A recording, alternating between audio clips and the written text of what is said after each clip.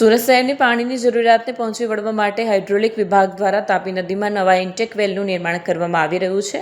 જો કે કામગીરી પૂર્ણ થાય તે પહેલાં જ આ વિશાળ સ્ટ્રક્ચર એક તરફ નમી ગયું હતું. આ ઘટનાને પગલે આસપાસના વિસ્તારમાં ચર્ચા જાગી છે કે શું કામગીરીમાં ગુણવત્તાનો અભાવ છે કે પછી સોઇલ ટેસ્ટિંગમાં ગંભીર ચૂક થઈ ગઈ છે. આ ઘટનાને લઈને આમ આદમી પાર્ટીએ આક્રમક વલણ અપનાવ્યું છે. આપના નેતાઓ દ્વારા આક્ષેપ કરવામાં આવ્યો છે કે કોન્ટ્રાક્ટર અને અધિકારીઓની મિલીભગતને કારણે નબળું બાંધકામ થઈ રહ્યું છે. તડકેશ્વરમાં ટેસ્ટિંગ દરમિયાન પાણીની ટાંકી ધ્વસ્ત થઈ હતી, જેમાંથી તંત્રએ કોઈ બોધપાઠ લીધો નથી. જનતાના ટેક્સના કરોડો રૂપિયા આ રીતે વેડફાઈ રહ્યા છે. બીજી તરફ સુરત મહાનગરપાલિકાના હાઇડ્રોલિક વિભાગે આ મામલે લૂલો બચાવ કરતા જણાવ્યું કે કોઈ મોટી ક્ષતિ નથી, પરંતુ ટેકનિકલ ખામીને કારણે આ સમસ્યા સર્જાય છે.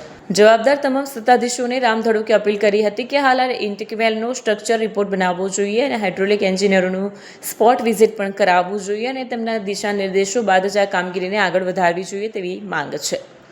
સુરત મહાનગરપાલિકાના આમ આદમી પાર્ટીના કોર્પોરેટર મહેશ અણઘડે સરથાણા વિસ્તારમાં ચાલી રહેલ ઇન્ટેકવેલના કામમાં ગંભીર અનિયમિતતાઓ અને ટેકનિકલ ખામીઓ હોવાનો આક્ષેપ કર્યો છે. તેમણે જણાવ્યું હતું કે સરથાણા વિસ્તારમાં નવા ભળેલા વિસ્તારોમાં પીવાનું પાણી પૂરું પાડવા માટે યુનિક કન્સ્ટ્રક્શન દ્વારા અંદાજે 1 વર્ષથી ઇન્ટેકવેલ બનાવવાનું કામ ચાલી રહ્યું છે. હાલ જે ઇન્ટેકવેલ બનાવવામાં આવ્યો છે તેમાં ગંભીર ટેકનિકલ ખામીઓના કારણે આખો ઇન્ટેકવેલ નમી ગયો હોવાનું જોવા મળી રહ્યું છે. આ કંપની દ્વારા અગાઉ પણ અનેક જગ્યાએ ગેરરીતિઓ થઈ હોવાની ફરિયાદો મળી છે. કેટલાક કામોમાં જરૂરી વિભાગોની મંજૂરી લીધા વગર અંદરથી રેતી માટી કાઢીને જોખમી રીતે કામગીરી કરવામાં આવી છે, જે સંપૂર્ણ રીતે નિયમ વિરુદ્ધ છે. આ મુદ્દે તેમણે મેયર, કમિશનર તથા હાઇડ્રોલિક વિભાગના ઝોનલ ડેપ્યુટી કમિશનર સહિત સંબંધિત તમામ અધિકારીઓને વિનંતી કરી છે કે આ ગંભીર બેદરકારી સામે તાત્કાલિક તપાસ કરી જવાબદાર તત્વો સામે કડક પગલાં લેવામાં આવે.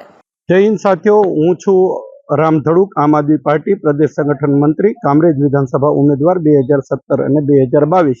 હું પોતે સિવિલ એન્જિનિયર છું અને ટેકનિકલ બાબતે જાણું છું. એટલા માટે આ સુરતની અંદર તાપી નદીના કિનારે જે પાણી માટે ઇન્ટેકવેલ બનાવવામાં આવી રહ્યો છે, કરોડો રૂપિયાના ખર્ચે આ ઇન્ટેકવેલ બનાવવામાં આવી રહ્યો છે અને મારા ઘરની પાછળ જ થાય છે. એટલે આ કામ ચાલે છે ત્યારથી લઈને આજ સુધીનું બધું મારું ઓબ્ઝર્વેશન રહ્યું છે.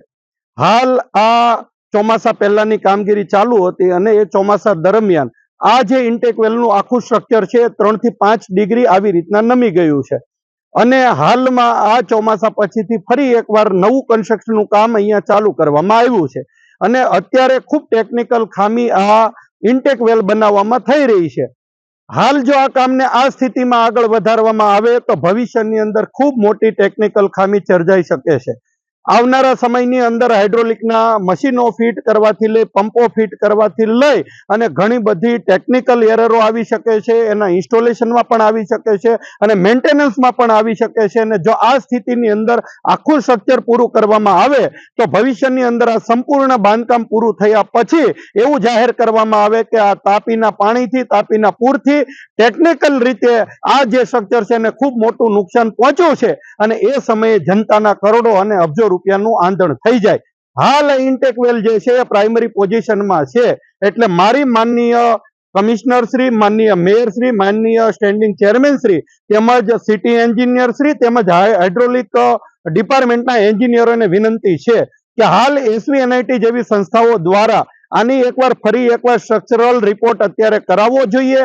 હાઇડ્રોલિક એન્જિનિયરોની પેનલોનું એક સ્પોટ વિઝિટ કરાવવું પડે અને એ વિઝિટ કર્યા પછીથી એમનો જો રિપોર્ટ આવે કે ભાઈ આ સ્ટ્રક્ચરને ખામીપૂર્ણ, આ સ્ટ્રક્ચરને આગળ વધારવા માટે કેવા પગલાં ભરી અને આગળ વધારવું પડે એમ છે કે કેમ, આને રોકવું પડે એમ છે કે આમાં સુધારો કરવો પડે, એ રિપોર્ટ આવ્યા પછી આ કામગીરીને આગળ વધારાય. નહીં તો આ ઇજારેદારને કરોડો અને અબજો રૂપિયા આપી દેવામાં આવશે. છેલ્લે આ સ્ટ્રક્ચર સુરતની જનતાને કોઈ કામ રહેશે નહીં. એટલે આજે આ સ્થળ ઉપર હું તેમજ વોર્ડ નંબર 3 ના આમ આદમી પાર્ટીના કોર્પોરેટર માનની શ્રી મહેશભાઈ અણગણ સાથે આ વિઝિટ કરી અને ટેકનિકલ પર્સન તરીકે મારી આ રજૂઆત છે કે આને તાત્કાલિક ધોરણે આના પગલા લેવામાં આવે, કેમ કે આ 3 થી 5 ડિગ્રી આખો ઇન્ટેકવેલ છે નમી ગયો છે. આ ખૂબ ગંભીર ટેકનિકલ બાબત છે. આને ધ્યાને લેવી જોઈએ અને તાત્કાલિક આમાં એક્શન લેવા જોઈએ. જો કદાચ એની અંદર ઇજારેદારની જો ખામી હોય, ભૂલ હોય તો એમની વિરુદ્ધ પણ પગલા લેવામાં આવે. આ શરૂઆત છે. જો શરૂઆતમાં આ કામ ધ્યાને લેવામાં નહીં આવે તો ભવિષ્યની અંદર કરોડો અને અબજો રૂપિયાનું સુરતની જનતાનું આંદોલન થશે. એટલે આ વિડીયોના માધ્યમથી હું તમામ પદાધિકારીઓ અને તમામ ભાજપના નેતાઓનું ધ્યાન અને તમામ મીડિયા મિત્રોનું ધ્યાન અને સુરતની જાહેર જનતાનું ધ્યાન આ વિડીયોના માધ્યમથી દોરી રહીશું. આપ સૌનો ખૂબ ખૂબ આભાર. હું મહેશભાઈ અણગણ, કોર્પોરેટર, સુરત મહાનગરપાલિકા, આમ આદમી પાર્ટી. મારી સાથે રામભાઈ ધડુક, પ્રદેશ સંગઠન મહામંત્રી અને આમ આદમી પાર્ટી. અત્યારે અમે સરથાણા વિસ્તારમાં યુનિક કન્સ્ટ્રક્શન દ્વારા જે આખું ઇન્ટેકવેલ બનાવવાનું કામ ચાલી રહ્યું છે, સરથાણાના જે નવા ભળેલા વિસ્તારોમાં પીવાનું પાણી સપ્લાય કરવા માટે અંદાજિત 1 વર્ષ જેટલા સમયગાળાથી આ કામગીરીઓ ચાલુ રહી છે. અહીંયા હાલમાં જે પાછળ જે આખો ઇન્ટેક વેલ બનાવવામાં આવે છે અને એ ઇન્ટેક વેલ આખો તમે જુઓ એમ કોઈ ટેકનિકલ ખામીઓના કારણે જે અંદર કોઈ કામગીરી કરવાની છે, ધૂળ કાઢવાની કે જે કોઈ માટી કાઢવાની કે જે કોઈ ઇનબેલેન્સ થયું છે, ટેકનિકલ ખામી સર્જાણી છે ને એના કારણે આખો ઇન્ટેક વેલ નમી ગયેલો દેખાય છે. તમને જોઈજો આ ઘણા સમય પહેલા નમી ગયો છે એવું અહીંયા સ્થાનિક તરફથી જાણવા મળ્યું છે, પણ અમારી જ્યારે આજની મુલાકાત દરમિયાન આખું આ દેખાણું છે અને આ બાબતે મોટામાં મોટી ટેકનિકલ ખામી કહી શકાય, પરંતુ આજ સુધી હજી આ બાબતે કોઈ કામગીરીઓ થઈ નથી.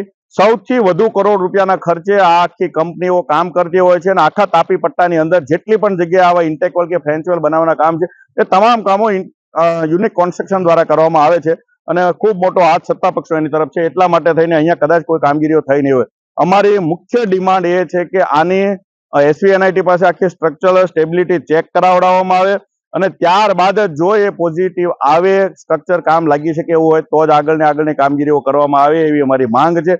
અને બીજું કે જે પણ ખામીઓ સર્જાણી છે ત્યારે આ ઇજારદારની વિરુદ્ધમાં ખૂબ એટલે ખૂબ અતિશય કડક પગલાઓ એમના વિરુદ્ધમાં ભરવામાં આવે. આ કંપની દ્વારા અનેક પ્રકારની ગેરરીતિઓ થઈ રહી છે. આખી તાપીને બ્લોક કરીને પણ કામગીરી કરી રહી છે. સાથે સાથે એમનું જેટલું પણ ડ્રેનેજનું પાણી નીકળતું હોય, RMC પ્લાન્ટનું પાણી નીકળતું હોય એ તમામ વેસ્ટ તાપી નદીની અંદર ઠાલવી રહેવામાં આવે છે. આખા પાળા બનાવવા માટે જે અંદરથી રેતી કાઢીને આજે પાળાઓ બનાવ્યા છે એમની પણ મંજૂરીઓ કોઈ જાતની તાપી વિભાગ કે સિંચાઈ વિભાગ તરફથી મળી નથી. તેમ છતાં આટલી બેદરકારીથી આ કામગીરીઓ કોન્ટ્રાક્ટર દ્વારા થઈ રહી છે. ત્યારે ખાસ કરીને માનનીય મેયરશ્રી, માનનીય કમિશનરશ્રી તમામને અને હાઇડ્રોલિક વિભાગના ઝોનલ જે અધિકારી છે, ડેપ્યુટી કમિશનર જેમની જવાબદારી આવે છે એ તમામને વિનંતી છે કે આમની વિરુદ્ધમાં કડકમાં કડક કાર્યવાહીઓ કરવામાં આવે.